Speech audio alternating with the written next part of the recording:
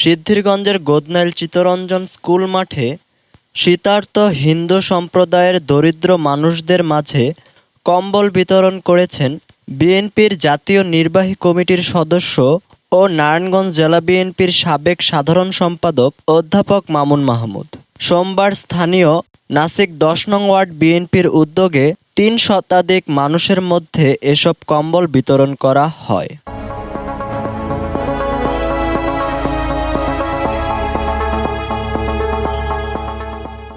শীতবস্ত্র বিতরণ উপলক্ষে আয়োজিত সমাবেশে অধ্যাপক মামুন মাহমুদ বলেন, আপনাদের ভাগ্য নিয়ে ছিনিমিনি করে দ্রব্যমূল্যের ঊর্ধ্বগতি ঘটিয়ে বাজার সিন্ডিকেট করে তারা জনগণের পকেটের পয়সা কেটে নিয়ে তাদের ব্যাংকের মাধ্যমে বা চোরা পথে তারা বিদেশে টাকা পাঠিয়ে হাজার হাজার কোটি টাকার মালিক হয়েছে।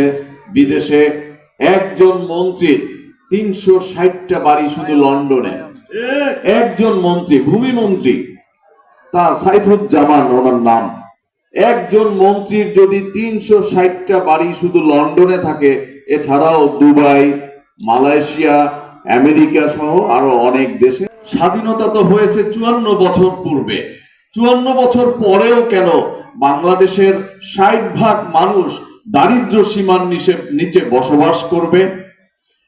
৫৪ বছর পরেও কেন বাংলাদেশের ৬০% মানুষ এখনো ঠিক মতো শিক্ষা পাবে না, এখনো ঠিক মতো চিকিৎসা নিতে পারবে না?